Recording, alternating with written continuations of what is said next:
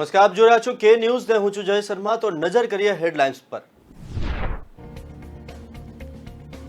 આસામમાં સતત થઈ રહેલા વરસાદના પગલે અનેક વિસ્તારોમાં પૂર, જ્યારે કેટલીક જગ્યાએ ભૂસ્ખલનથી સામાન્ય જનજીવન ખોરવાયું।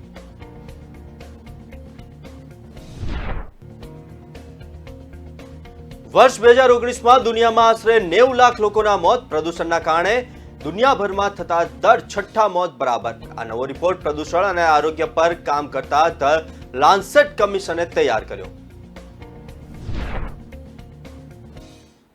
લોકસભાના સાંસદ કાર્તિ ચિદમ્બરમ વિરુદ્ધ દરોડાનો નવો રેકોર્ડ। વર્ષ 2015થી અત્યાર સુધીના 7 વર્ષમાં સીબીઆઈ, ઈડી અને ઇન્કમટેક્સ તેમજ 60થી વધુ ઠેકાણા પર લગભગ 8 વખત દરોડા।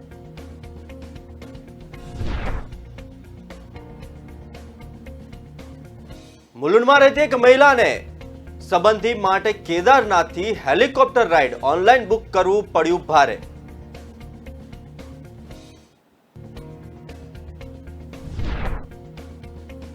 અમેરિકન ડિફેન્સ એસ્ટાબ્લિશમેન્ટે ભારતને લઈને કર્યો મોટો દાવો।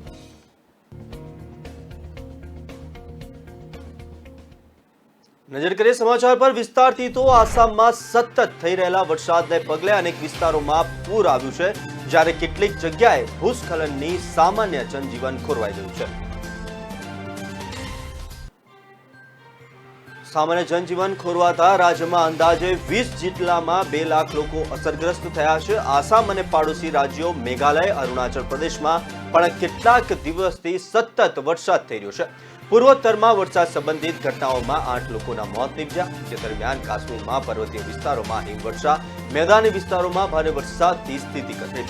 આસામમાં ભારે વરસાદ અને ભૂસ્ખલનના કારણે દિમા હસાઓ જિલ્લાનું હાફલોંગ સ્ટેશન આખું પાણીમાં ડૂબી ગયું। પૂરમાં ડૂબેલા આ સ્ટેશનનો વિડીયો સામે આવ્યો। વિડીયોમાં જોઈ શકાય છે કે પૂરના પાણીના વહેણના કારણે સ્ટેશન પર ઊભી રહેલી ટ્રેન પણ પાટા પરથી ઉતરી પડે છે। આસામનો ડીમા હસાઓ જિલ્લો દેશના બાકીના ભાગથી કપાઈ ગયો છે। અહીં સતત મુસળધાર વરસાદના પગલે ભૂસ્ખલન થતા રેલમાર્ગ અને રોડનો ટ્રાફિક ખોરવાઈ ગયો છે। અનેક રેલવે સ્ટેશનો બંધ થઈ ગયા છે। વધુમાં વિપરીત પરિસ્થિતિઓમાં રહેતા અંદાજે 2 લાખથી વધુ લોકોનો રાજ્ય સાથેનો સંપર્ક કપાઈ ગયો છે। પાણીના તીવ્ર વહેણના કારણે પુલ અને રસ્તાઓ તૂટી ગયા છે। નદીઓનું જળસ્તર જોખમી સ્તરથી ઉપર ગયું છે। આસામ રાજ્ય ડિઝાસ્ટર મેનેજમેન્ટના રિપોર્ટ મુજબ ઓજયમાં અંદાજે 78,157 લોકો અને કછારમાં 51,357 લોકો પૂરથી અસરગ્રસ્ત થયા છે। વર્ષના પહેલા પૂરથી 652 ગામો મુશ્કેલીમાં મુકાયા છે અને પૂરના પાણીથી 16,645 હેક્ટર પાક બરબાદ થઈ ગયું છે। આસામમાં સતત થઈ રહેલા વરસાદને કારણે અલગ અલગ વિસ્તારોથી પૂરની આંચકાજનક તસવીરો સામે આવી છે। લોકોની મદદ માટે સૈન્યના હેલિકોપ્ટર્સ તૈનાત કરાયા। 7 જિલ્લામાં 55 રાહત છાવણીઓ શરૂ કરાઈ। 32,959 લોકોને આશ્રય અપાયો અને વિવિધ અસરગ્રસ્ત જિલ્લાઓમાં 12 રાહત સામગ્રી કેન્દ્રો શરૂ કરાયા। ઉત્તર પૂર્વીય ફ્રન્ટિયર રેલવેના જણાવ્યા મુજબ દિમા હાસાઓમાં લુમડિંગ બદરપુર સેક્ટરમાં 2 ટ્રેનોમાં 2,800 લોકો ફસાયેલા છે અને તેમને બહાર કાઢવાની કામગીરી કરાઈ હતી। હાફલોંગમાં લગભગ 15મી મેથી ભારે પૂર અને વરસાદના કારણે રોડ અને રેલવે ટ્રાફિક અટકી ગયો। હવામાન વિભાગના જણાવ્યા મુજબ આગામી 4 દિવસ સુધી આ ક્ષેત્રમાં હજુ પણ ભારે વરસાદનો અંદાજ આપવામાં આવ્યો છે। જે દરમિયાન કાશ્મીર ખીણના પર્વતીય વિસ્તારોમાં વર્ષના આ સમયમાં અસામાન્ય રીતે હિમવર્ષા થઈ હતી, જ્યારે મેદાની વિસ્તારોમાં ભારે વરસાદ પડ્યો। ગુલમર્ગ સહિત કાશ્મીર ખીણના પર્વતીય વિસ્તારોમાં હળવી હિમવર્ષા થઈ। પરિણામે ગુલમર્ગ રિસોર્ટમાં પ્રવાસીઓએ ખુશનુમા વાતાવરણનો આનંદ માણ્યો હતો।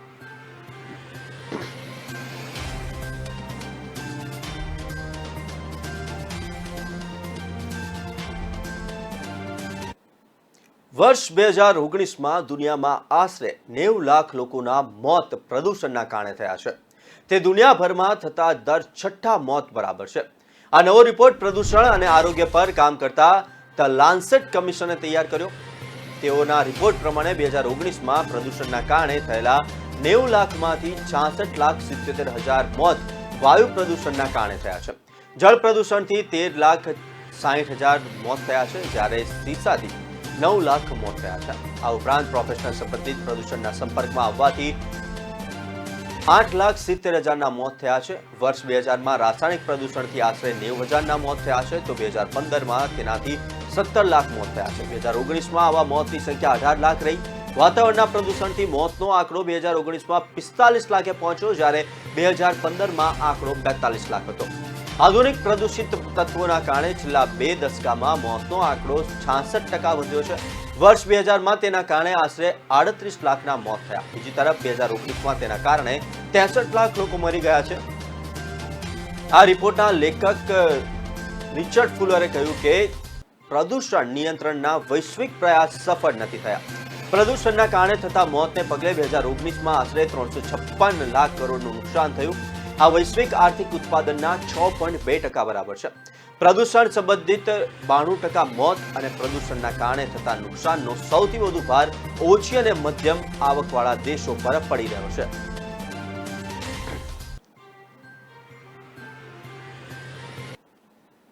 લોકસભાના સાંસદ કાર્તિ ચિદમ્બરમ વિરુદ્ધ દરોડાનો નવો રેકોર્ડ બન્યો.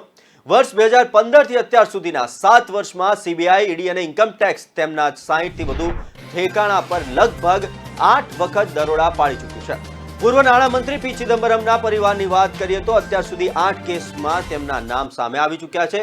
સૌપ્રથમ ઈડીએ એરસેલ મેક્સિકસ કેસમાં એપ્રિલ 2015માં કાર્તિની કંપની પર વિદેશી રોકાણમાં ગેરરીતિ મામલે દરોડા પાડ્યા. પછી તે જ વર્ષે 1 ડિસેમ્બરે પણ ઈડીએ કાર્તિની ઓફિસે દરોડા પાડ્યા અને 16 ડિસેમ્બરે કાર્તિનું લેપટોપ તેમજ ફાઇલ્સ પણ કબજે કર્યા. ત્યારબાદ ફેબ્રુઆરી 2016માં ઈડીએ ફરી દરોડા પાડ્યા. મે 2017માં સીબીઆઈએ આઈએનએક્સ મીડિયા મામલે દરોડા પાડ્યા. જાન્યુઆરી ફેબ્રુઆરી 2018માં ફરી ઈડીએ દરોડા પાડ્યા. ફેબ્રુઆરી 2018માં મની લોન્ડરિંગ કેસમાં કાર્તિની ધરપકડ થઈ. ઓક્ટોબર 2018માં સંપત્તિ જપ્ત કરવામાં આવી. એરસેલ મેક્સિકન કેસની વાત કરવામાં આવે તો 2006માં પી ચિદમ્બરમને પોતે નાણામંત્રી હતા ત્યારે આ ડીલને મંજૂરી આપી હતી. આરોપ છે કે તેમને 600 કરોડ રૂપિયા સુધીની ડીલનો જ અધિકાર હોવા છતાં તેમણે 3500 કરોડની ડીલને મંજૂરી આપીને પુત્ર કાર્તિને ફાયદો કરાવ્યો. આઈએનએક્સ મીડિયાની વાત કરવામાં આવે તો 2007નો આ કેસ છે જેમાં ચિદમ્બરમ નાણામંત્રી હતા. આઈએનએક્સ મીડિયા પાસેથી લાંચ લઈને ફોરેન ઇન્વેસ્ટમેન્ટ બોર્ડને ગેરકાયદેસર રીતે મંજૂરી અપાવી. ચિદમ્બરમ અને કાર્તિ કેટલાય દિવસ જેલમાં પણ રહી ચૂક્યા છે. શારદા ચીટ ફંડ કૌભાંડની વાત કરવામાં આવે તો તેમાં ચિદમ્બરમના પત્ની નલિની વિરુદ્ધ સીબીઆઈ ચાર્જશીટ દાખલ કરી ચૂકી છે. નલિની સામે 1.4 કરોડ રૂપિયાની કથિત લાંચ લેવાનો આરોપ છે. ધરપકડથી તેઓને રાહત મળી ચૂકી છે. ત્યારબાદ એર ઇન્ડિયા સંબંધી ખરીદીનો કેસ પણ છે. તેમાં વાત કરવામાં આવે તો ઈડીએ ચિદમ્બરમને એર ઇન્ડિયા સાથે સંકળાયેલા ખરીદી મામલે તપાસમાં સહકાર આપવા કહ્યું છે. તેમજ બ્લેક મની કેસ પણ તેમની પર કરવામાં આવ્યો છે. મદ્રાસ હાઈકોર્ટે ચિદમ્બરમ, નલિની, કાર્તિ અને તેમની પત્ની શ્રીનિધિ સામે કાળા નાણાં મામલે પણ કેસ ચલાવવાનો આવકવેરા વિભાગનો આદેશ રદ કર્યો હતો. કેસ હાલ પડતર છે.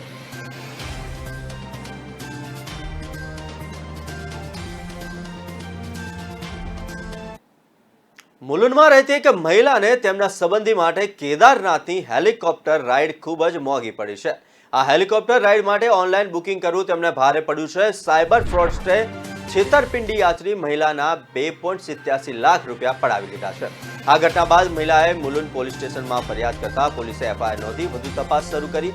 આ સંદર્ભે મહિલાએ કરેલી ફરિયાદ મુજબ તે એક ઇન્સ્યોરન્સ કંપનીમાં નોકરી કરે છે જ્યારે તેના પિતા રિક્ષા ડ્રાઈવર છે. તેમના કુટુંબના અમુક લોકો અને પરિચિત મળી કુલ 55 વ્યક્તિઓ ચારધામ યાત્રા પર જવા માંગતા હતા. મહિલાએ આ સંદર્ભે તેમના કેદારનાથની યાત્રા માટે હેલિકોપ્ટર રાઇડ બુક કરવાનું નક્કી કર્યું. મહિલાએ પ્રથમ આઈ ટિકિટ બુક કરાવી હતી પણ તેને વધુ ટિકિટની જરૂર હોવાથી તેને ગૂગલ પર સર્ચ કરી એક વ્યક્તિનો સંપર્ક કર્યો.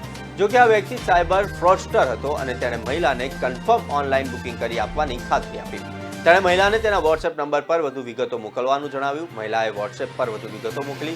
ગૂગલ પેથી અમુક રકમ મોકલી આપી. મહિલાનો વિશ્વાસ મેળવવા સામેથી તરત જ વોટ્સએપ પર બનાવટી ટિકિટ મોકલી આપવામાં આવી. મહિલાને ભરોસો બેસી જતા તેણે બીજા 19 ટિકિટ બુક કરાવી. 90,000 રૂપિયા ચૂકવ્યા હતા. આ વ્યક્તિએ મહિલાને બીજા 32,207 રૂપિયા ઇન્સ્યોરન્સ રકમ તરીકે ચૂકવવા જણાવ્યું પણ મહિલાએ નકારી કાઢ્યું. મહિલાએ પોલીસ સમક્ષ દાવો કર્યો હતો કે થોડા સમય બાદ તેના ખાતામાંથી 5 ટ્રાન્ઝેક્શન દ્વારા 1.98 લાખ રૂપિયા ડેબિટ થઈ ગયા હતા. આ ઘટના બાદ મહિલાને છેતરાઈ હોવાનું ભાન થતા તેણે તરત જ મુલુંડ પોલીસ સ્ટેશનમાં ફરિયાદ કરતા પોલીસે અજાણી વ્યક્તિ સામે આઈપીસી અને આઈટી એક્ટની વિવિધ કલમ હેઠળ ગુનો નોંધી વધુ તપાસ આદરી છે.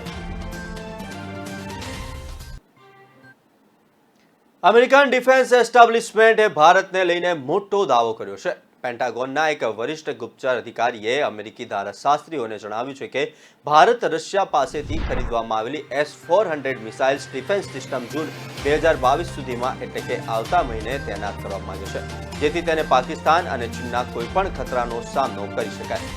યુએસ ડિફેન્સ ઇન્ટેલિજન્સ એજન્સીના ડાયરેક્ટર લેફ્ટનન્ટ જનરલ સ્કોટ બેરિયરે સેનેટ ડિફેન્સ સર્વિસીસ કમિટી સમક્ષ આ વાત કહી. તેમણે કહ્યું કે રશિયાએ ગયા વર્ષે ડિસેમ્બરમાં ભારતને S-400 મિસાઇલ સિસ્ટમથી સપ્લાય શરૂ કરી દીધી હતી. યુએસ કોંગ્રેસના તાજેતરના સત્ર દરમિયાન આ સમિતિની બેઠક મળી હતી. બેરિયરે જણાવ્યું હતું કે ભારતીય સેનાએ તેના દેશની સરહદોના સંરક્ષણને મજબૂત કરવા અને તેની આક્રમક અને રક્ષણાત્મક સાયબર ક્ષમતાઓને વધારવા માટે અદ્યતન સંરક્ષણ અને સર્વેલન્સ સિસ્ટમ ખરીદવાની માંગ કરી છે. આ પછી ડિસેમ્બર 2021માં ભારતને રશિયન S-400 એર ડિફેન્સ સિસ્ટમની પ્રારંભિક ડિલિવરી કરવામાં આવી. પાકિસ્તાન અને ચીનના ખતરા માટે રક્ષણ આપવા ભારત જૂન 2022 સુધીમાં S-400 તૈનાત કરવા માંગે છે.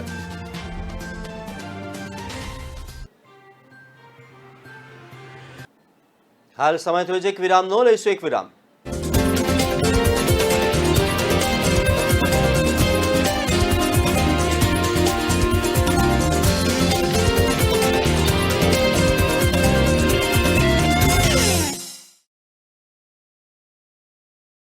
જ્યારે સરકાર કરે છે અન્યાય ત્યારે ઉઠે છે ચર્ચાનું ચક્રવાત. જ્યારે વિપક્ષ ચૂકે પોતાની ફરજ ત્યારે ઉઠે છે ચર્ચાનું ચક્રવાત. જ્યારે પ્રજા થાય પરેશાન ત્યારે ઉઠે છે ચર્ચાનું ચક્રવાત. બાબુઓ કરે મનમાની ત્યારે ઉઠે છે ચર્ચાનું ચક્રવાત. થાય સબળો નબળા પર હાવી ત્યારે ઉઠે છે ચર્ચાનું ચક્રવાત.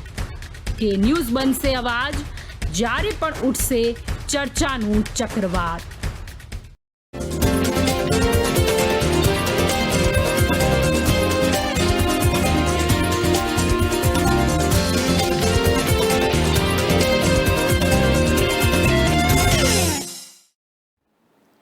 વિરામ નજર કરીએ સમાચાર પર. તો સરકારી ઓઇલ માર્કેટિંગ કંપનીઓને હાલમાં 1 લીટર ડીઝલના વેચાણમાં ₹25 થી ₹30, જ્યારે 1 લીટર પેટ્રોલના વેચાણમાં ₹9 થી ₹10નું નુકસાન થઈ રહ્યું છે.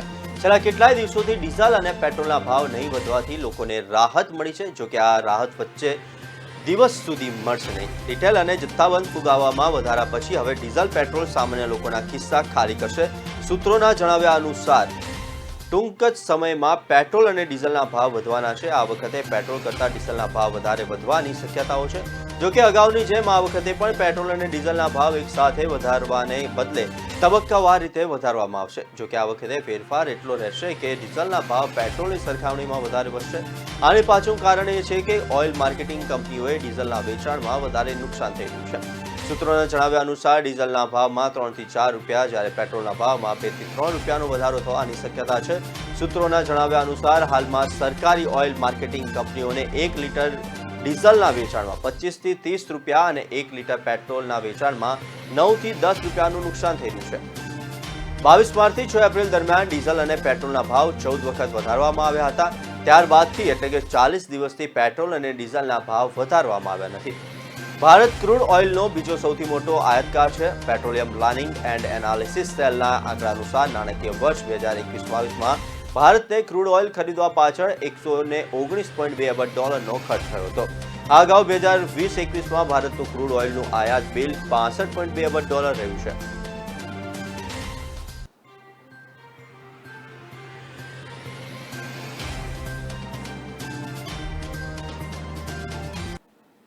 મોંઘવારી મુદ્દે કેન્દ્રની જૂની ગણતરી પ્રમાણે 24 વર્ષનો રેકોર્ડ તૂટ્યો. ખાવા પીવાની ચીજો, પેટ્રોલ, ડીઝલ, ખાદ્ય ચીજ વસ્તુઓ ભાવ વધારાથી સામાન્ય લોકોનું બજેટ ખોરવાયું, જ્યારે ઓઇલ કંપનીઓને કરોડોની કમાણી થઈ. દેશમાં ખાવા પીવાની ચીજ વસ્તુઓ, ઈંધણ અને અન્ય કોમોડિટીના ભાવ વધવાથી એપ્રિલમાં જથ્થાબંધ મોંઘવારી દર રેકોર્ડ 15.8% રહ્યો, જે સર્વોચ્ચ સ્તરે પહોંચી ગયો. ગયા મહિને એટલે કે માર્ચમાં આ આંકડો 14.55% અને એક વર્ષ પહેલા એપ્રિલ 2021માં 10.74% હતો. કેન્દ્ર સરકાર 2012-13થી નવી સિરીઝ પ્રમાણે હોલસેલ પ્રાઇસ ઇન્ડેક્સના આંકડા જારી કરી રહ્યું છે. તે પ્રમાણે 15.08% 10 વર્ષનો સૌથી ઊંચો આંકડો છે. એપ્રિલ 2021થી WPI સતત 13 મહિનાથી 10%થી વધુ છે. આ ભાવ વધારાથી સામાન્ય નાગરિકનું બજેટ ખોરવાઈ ગયું છે, જ્યારે ઓઇલ કંપનીઓએ કરોડોની કમાણી કરી છે. કેન્દ્રીય વાણિજ્ય અને ઉદ્યોગ મંત્રાલયે કહ્યું છે કે એપ્રિલ 2022માં જથ્થાબંધ મોંઘવારી વધી છે. તેનું કારણ એ છે કે છેલ્લા કેટલાય સમયમાં ક્રૂડ, ખનિજ તેલ, બેઝિક મેટલ્સ, કુદરતી ગેસ તેમજ ખાદ્યાન્ન, બિન ખાદ્યાન્ન અને રાસાયણિક ઉત્પાદનોના ભાવ પણ વધ્યા છે. શાકભાજી, ઘઉં, ફળફળાદી, બટાકાના જથ્થાબંધ ભાવ વધવાથી ખાદ્ય ચીજવસ્તુઓમાં મોંઘવારી એપ્રિલમાં વાર્ષિક આશરે 8.35% વધી. ઈંધણ અને વીજળીની મોંઘવારી 36.66%, ક્રૂડ અને કુદરતી ગેસમાં મોંઘવારી 69% અને ખનિજમાં 21%ના દરે વધી છે. જથ્થાબંધ મોંઘવારી દરની રિટેલ પર અસર બેંક ઓફ બરોડાના ચીફ ઇકોનોમિસ્ટ મદન સબનસીવ કહે છે કે WPIમાં મેન્યુફેક્ચર્ડ પ્રોડક્ટને 64.23% વેઇટેજ મળે છે. તેની ખાવા પીવાની ચીજોના ભાવ વધે છે, ત્યારે કન્ઝ્યુમર પ્રાઇડ ઇન્ડેક્સની અસર WPI પર ઓછી દેખાય છે. WPIમાં સર્વિસીસ સામેલ નથી હોતી, જ્યારે CPIમાં આરોગ્ય, શિક્ષણ, રિક્રિએશન, એમ્યુઝમેન્ટ અને ટ્રાન્સપોર્ટ સામેલ છે. RBI વ્યાજ દરો વધારે તેવી શક્યતા. રિઝર્વ બેંક નાણાં નીતિ નક્કી કરતી વખતે રિટેલ મોંઘવારીના આંકડાને પણ ધ્યાનમાં લેશે. સરકારે મોંઘવારી દરમાં 2%ના વધારા ઘટાડાની શક્યતા સાથે 4% આસપાસ રાખવાનું લક્ષ્ય આપ્યું. હવે 6 થી 8 જૂન વચ્ચે RBI નાણાં નીતિની સમીક્ષામાં વ્યાજ દરો વધારી શકે છે.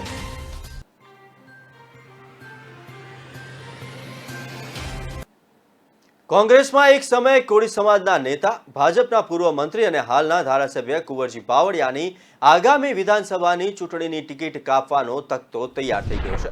કોઈ રાજકીય ઇશારે કોળી સમાજમાં હાલના અખિલ ભારતીય કોળી સમાજના પ્રમુખ અજીત પટેલ અને કુંવરજી બાવળિયા વચ્ચે મનમોટાવ થઈ ગયો છે. મનમોટાવ એટલી હદે વકર્યો છે કે કુંવરજી બાવળિયા સમાધાન થઈ ગયું હોવાની બાબત જાહેર કર્યા પછી પણ કોઈ સમાધાન થયું ન હોવાનું અજીત પટેલ દ્વારા જાહેર કરવામાં આવ્યું. કુંવરજી બાવળિયા કોળી સમાજમાં પ્રભુત્વ ધરાવતા હોવાથી તેમને ભાજપમાં લાવવામાં આવ્યા હતા, પરંતુ ભાજપમાં આવ્યા પછી મંત્રી પદ પર ગયા પછી હવે ધારાસભ્ય પદ પણ છીનવાઈ જાય તેવી પરિસ્થિતિ સર્જાઈ છે. અખિલ ભારતીય કોળી સમાજના પ્રમુખ તરીકે અજીત પટેલ છે અને તેમના પ્રમુખ પદને કોર્ટમાં પડકારાયું હોવાનું પણ ખુદ કુંવરજી બાવળિયા દ્વારા જાહેર કરવામાં આવ્યું. આ પછી CK પીઠાવાલાના માધ્યમથી સમાધાન થઈ ગયું હોવાનું કુંવરજી બાવળિયાએ જણાવ્યું. તેમણે કહ્યું હતું કે અખિલ ભારતીય કોળી સમાજની અજીત પટેલવાળી બોડી છે, તેની સામે કોર્ટ કેસ કરવામાં આવ્યો છે, તે પરત ખેંચી લેવાશે, તેની સહમતિ સદાય છે. બીજી બાજુ અજીત પટેલે કહ્યું હતું કે આવી કોઈ મારે વાત થઈ નથી, મારે કોઈની સાથે ફોનથી આવી વાત નથી થઈ. આમ એક બાજુ સમાધાન અને બીજી બાજુ ગજગરા ચાલતા સમગ્ર તખતો રાજકીય રીતે બાવળિયાને નબળા પાડીને તેમની આગામી વિધાનસભાની ચૂંટણીની ટિકિટ કાપવાનો હોવાનું બહાર આવ્યું છે.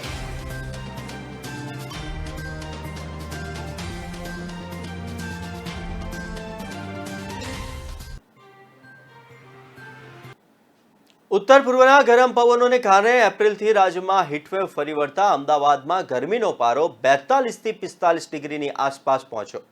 જોકે પવનની દિશા બદલાતા શરૂ થયેલા દક્ષિણ પશ્ચિમના પવનોની અસરથી 10 દિવસ બાદ મંગળવારે અમદાવાદમાં ગરમી 42 ડિગ્રીથી ઓછી નોંધાઈ.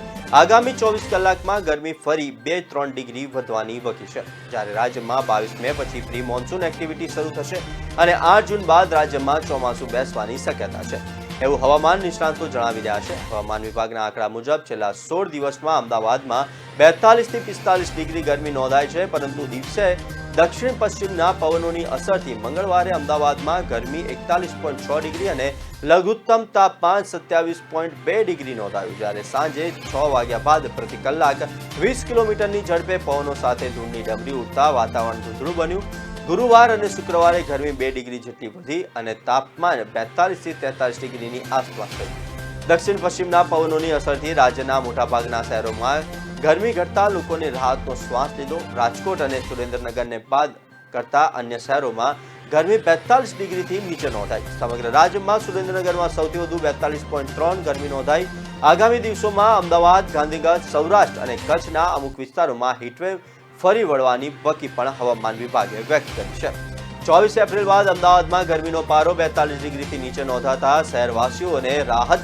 ઉત્તર પૂર્વના ગરમ પવનોની અસરથી અમદાવાદમાં 24 એપ્રિલથી ગરમીનો પારો ઉંચકાયો અને 12 મે સુધી શહેરમાં હીટવેવનું જોર વધતા રાજ્યમાં 41 થી 45 ડિગ્રીની વચ્ચે કાળઝાળ ગરમી પડી.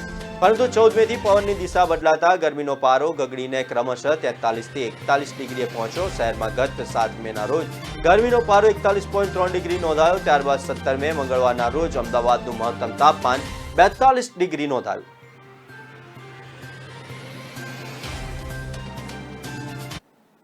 શહેરમાં મ્યુનિસિપલની CNCD વિભાગની ટીમ રસ્તે રઝળતી ગાયો પકડવા માટે કોઈ વિસ્તારમાં જાય ત્યારે કેટલાક બાઇક ચાલકો તેમની આગળ દોડીને ગાયોને ભગાડી દેતા હોય છે. આવી સ્થિતિમાં આવા બાઇકની વિડીયોગ્રાફી કરવા અને 2 થી 3 વખત જો આવા બાઇકો વિઘ્નરૂપ બને તો તેની સામે પોલીસ ફરિયાદ કરવા માટે મેયરે અધિકારીઓને તાકીદ કરી. શહેરમાં રઝળતી ગાયો પકડવા મામલે તંત્રને વધુ અસરકારક કામ કરવા માટે ભાજપના પદાધિકારીઓએ તાકીદ કરી છે. આ ઉપરાંત રઝળતી ગાયો હાઈવે પરથી નહીં પણ શહેરી વિસ્તારમાંથી પકડવા પણ સૂચન કરાયું છે. શહેરમાં અત્યારે પણ ઢોરવાડામાં 2500 રઝળતા ઢોર પકડીને પુરાય છે. તેમનો નિભાવ ખર્ચ પણ મ્યુનિસિપલ દ્વારા ઉઠાવવામાં આવે છે. શહેરમાં હાલ CNCD વિભાગની 13 ટીમે અલગ વોર્ડમાં ફરીને ઢોર પકડવાની કામગીરી કરી છે. ત્યારે રઝળતા ઢોરથી શહેરને મુક્ત કરવા માટે નિર્દેશ આપવામાં આવ્યો છે. જો રઝળતા ઢોરનો ત્રાસ દૂર નહીં થાય તો અધિકારીઓ સામે પગલાંની પણ ચીમકી ઉચ્ચારાઈ છે. રઝળતા ઢોર છોડાવવા જે બાઇકર્સ અડચણો ઊભી કરશે તેમની સામે સરકારી કામમાં રૂકાવટ હેઠળ કેસ કરવા DYMCએ તાકીદ કરવામાં આવી છે. અગાઉ રઝળતા ઢોર પકડવા માટેની ટીમની આગળ પાછળ ફરતી બાઇકર્સ ગેંગને પકડવા પોલીસની વિશેષ મદદ લેવાઈ હતી, જેમાં આવા બાઇકર્સની પોલીસ ધરપકડ પણ કરી હતી. પૂર્વ વિસ્તારમાં આવા કેટલાક કેસ નોંધાયા હતા. જોકે બાદમાં અચાનક મ્યુનિસિપાલિટીની ટીમની સાથે પોલીસની ટ્રાફિક શાખાની ટીમે જોડાવાનું બંધ કરી દીધું હતું. તેને કારણે બાઇકર્સ બેફામ બની ગયા. મ્યુનિસિપાલિટીની ટીમ ગાયો પકડવા પહોંચે તે પહેલા આ લોકો ગાયો દોડાવી મ્યુનિસિપાલિટીના સરકારી કામમાં અડચણરૂપ બન્યા છે.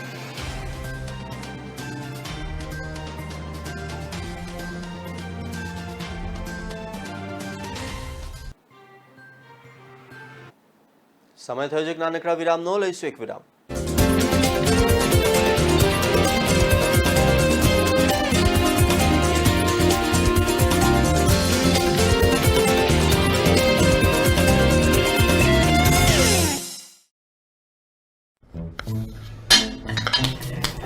શું થયું આરોહી?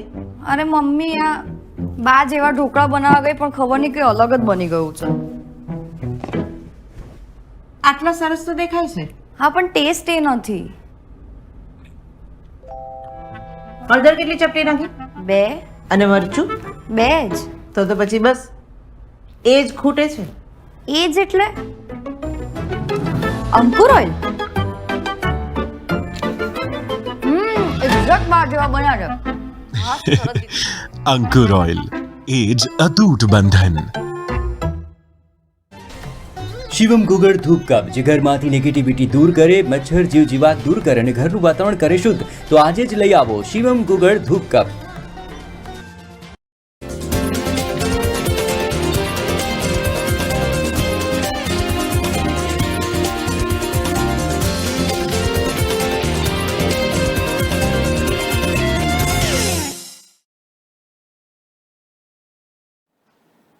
વિરામ બાદ નજર કરીએ સમાચાર પર. તો શહેરના નવનિર્મિત નરોડા રેલવે ઓવરબ્રિજના નામકરણને લઈને વિવાદ ઉભો થયો છે. રેલવે ઓવરબ્રિજનું નામ સ્થાનિક દલિત સમાજના સંત રોહિતદાસના નામે રાખવા દલિત સમાજની અનેક સંસ્થાઓને પશ્ચિમ લોકસભાના ભાજપના સાંસદ સભ્ય ડોક્ટર કિરીટ સોલંકી દ્વારા મ્યુનિસિપલ કમિશનરને પત્ર લખી અને સંત રોહિદાસ ઓવરબ્રિજ નામકરણ કરવા રજૂઆત કરવામાં આવી. ભાજપના સાંસદ સભ્યએ પત્ર લખી રજૂઆત બાદ પણ મ્યુનિસિપલ કમિશનર અને ભાજપના જ શાસકોએ સાંસદ સભ્યને પણ ગાંઠ્યા નહીં.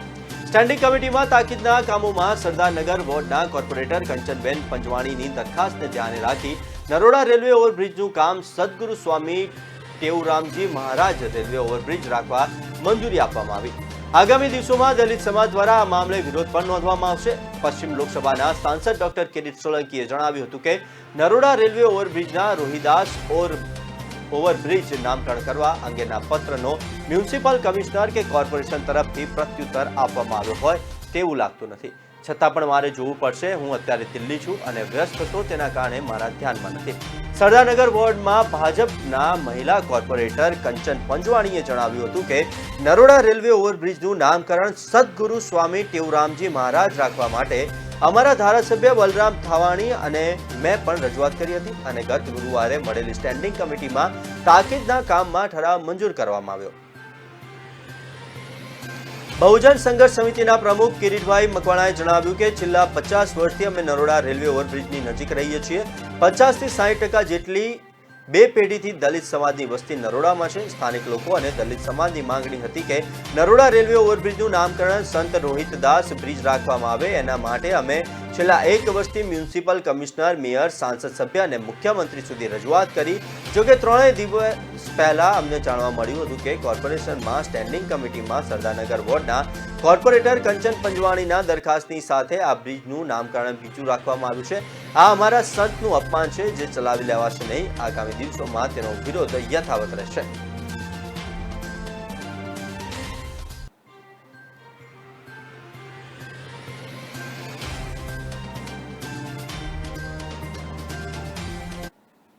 વીર નર્મદ યુનિવર્સિટીએ પોસ્ટ ગ્રેજ્યુએટની એડમિશન પ્રોસેસમાં ફેરફાર કર્યો.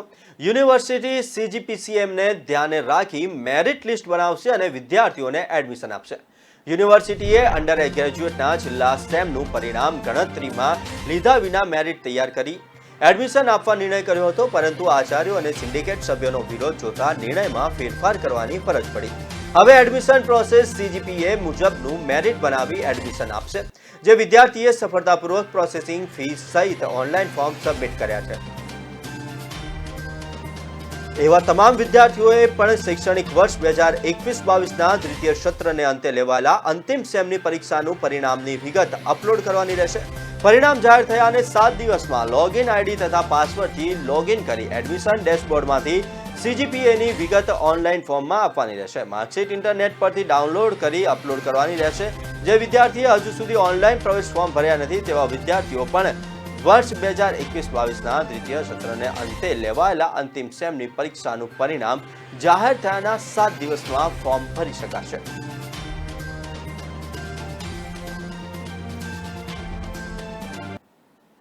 GST પોર્ટલની ગડબડીના લીધે ચાલુ નાણાકીય વર્ષના પહેલા જ મહિને વેપારીઓને ITC લેવા માટે નવેજાના પાણી આવી ગયા. આથી GST વિભાગે માર્ગદર્શિકા બહાર પાડી, જેમાં ITC કેવી રીતે ક્લેમ કરવી તેની વિગતો આપી છે. હવે GSTR 2A મદદની ITC ક્લેમ કરી શકે છે. નોંધનીય છે કે પોર્ટલમાં ટેકનિકલ ખામી અગાઉ પણ થતી રહી છે અને મિસમેચની ખોટી નોટિસો પણ ઇસ્યુ કરાઈ છે.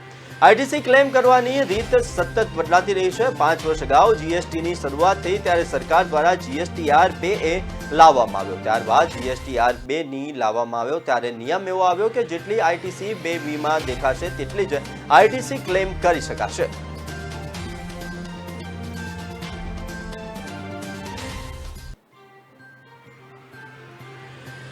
ITC ક્લેમ કરવાની રીત સતત બદલાતી રહે છે ત્યારે 5 વર્ષ અગાઉ GSTની શરૂઆત થઈ ત્યારે સરકાર દ્વારા GSTR 2A લાવવામાં આવ્યું હતું. ત્યારબાદ GSRB 2 લાવવામાં આવ્યું ત્યારે નિયમ એવો આવ્યો કે જેટલી ITC 2Bમાં દેખાશે તેટલી જ ITC ક્લેમ કરી શકાશે. હાલ સમાચારમાં આટલું જ. વધુ સમાચાર અને અપડેટ માટે જોતા રહો K ન્યૂઝ. નમસ્કાર.